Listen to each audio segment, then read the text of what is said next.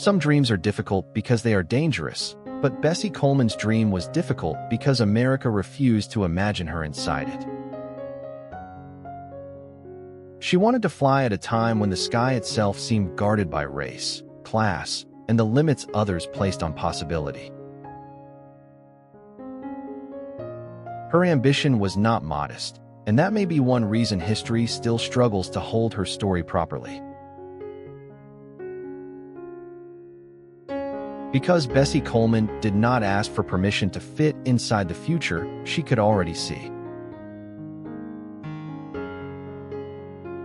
She chased it across borders, across prejudice, and across an era determined to tell her where she belonged. In doing so, she became one of the most remarkable and under-remembered pioneers in American aviation history. Bessie Coleman was born in 1892 in Texas, into a world that offered very little room for someone like her to rise. She came from a large family shaped by hard labor, limited opportunity, and the daily realities of racial injustice.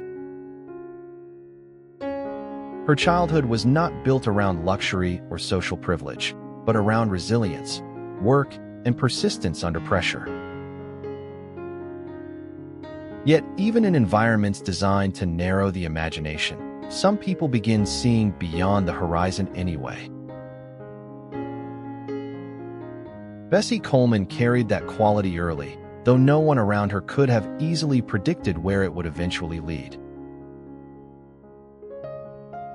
The life available to her was supposed to be small, practical, and tightly contained by the expectations of the time. But history changes whenever someone refuses the size of the life they are told to accept. As she grew older, Coleman became increasingly aware of the distance between what she wanted and what America would allow. This was not merely personal frustration. It was structural exclusion operating exactly as it had been designed to operate. Doors did not simply fail to open for her. Many were built never to open in the first place. Still, she continued imagining herself beyond those barriers, which is often where the most disruptive historical stories begin.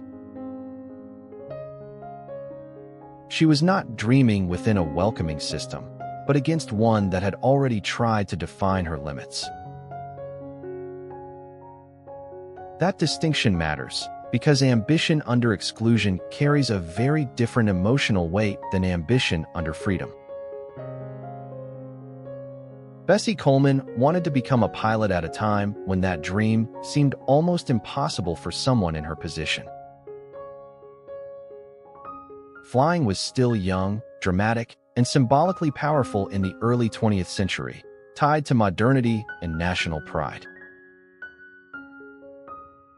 To want the sky in that era was to want access to one of the future's most glamorous and guarded frontiers.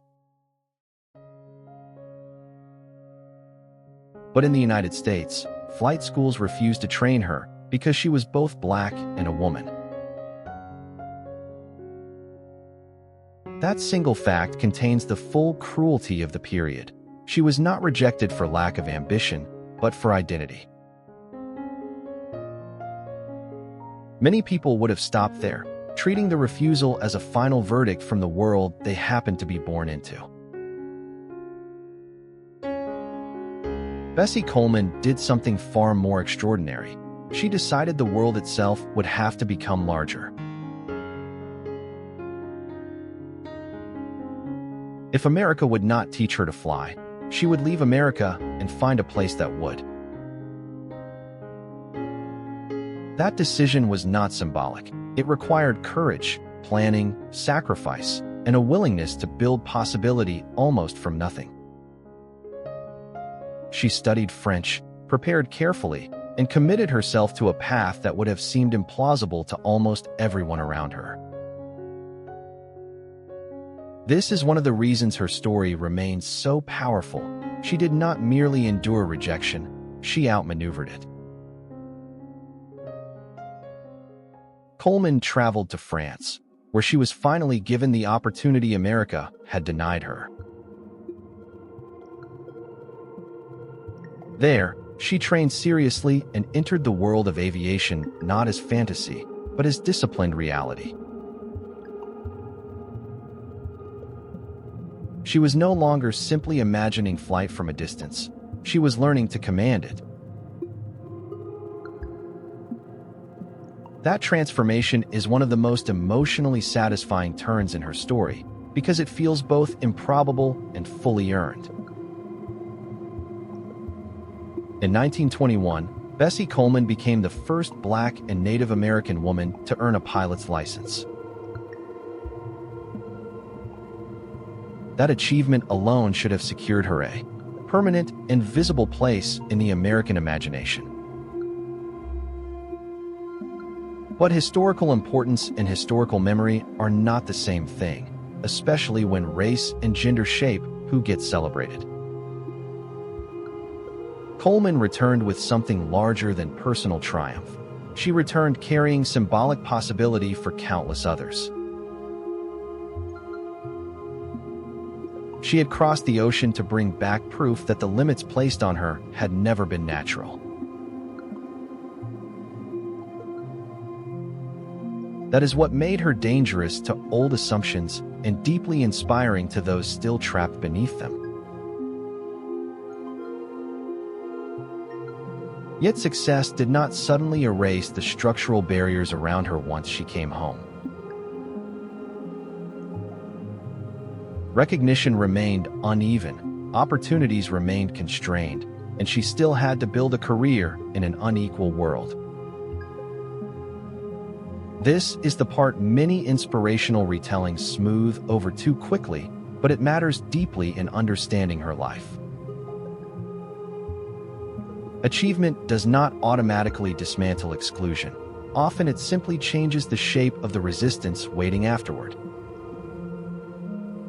Bessie Coleman became known for aviation performances and public appearances that helped turn her into a visible symbol of possibility. She flew not only for spectacle, but for meaning, carrying into the air a message about dignity and self-belief. Her presence mattered because audiences were not only seeing a pilot, they were seeing a future many had never been invited to imagine. She understood that representation could become a kind of historical force when embodied with enough courage and visibility.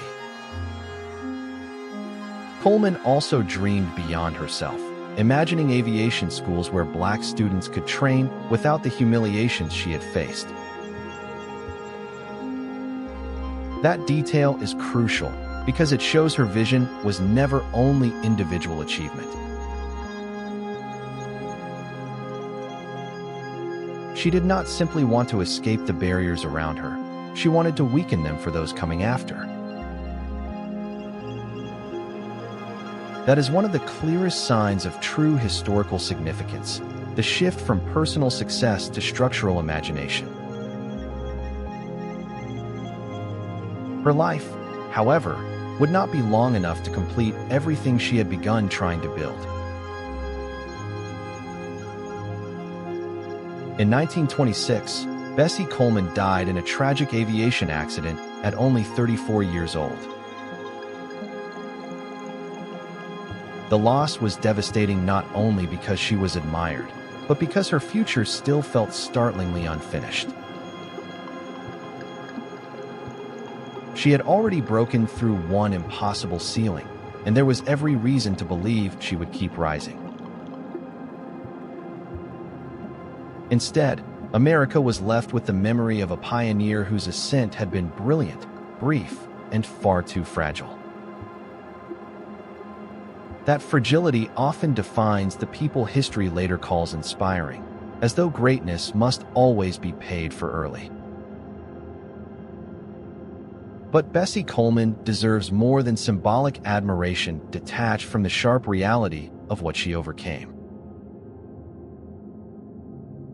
She deserves to be remembered as someone who confronted a closed system and refused to let it decide her altitude. Her story matters because it transforms flight into something larger than technology, glamour, or personal daring. It becomes a story about access, exclusion, and the political meaning of who gets to enter the future first.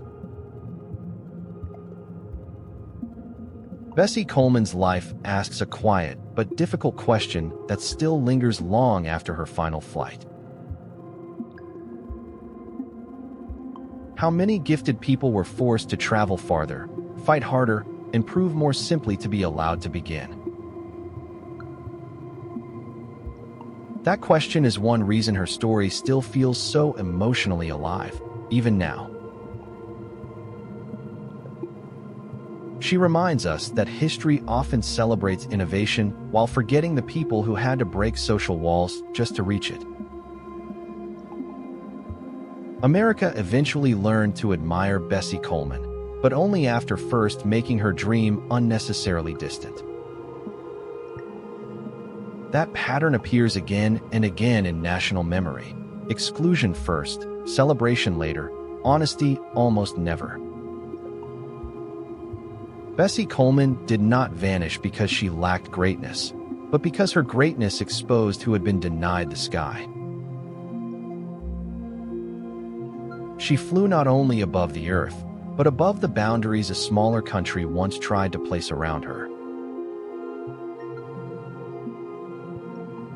That is why her story still rises with such force, because it is not only about aviation, but permission.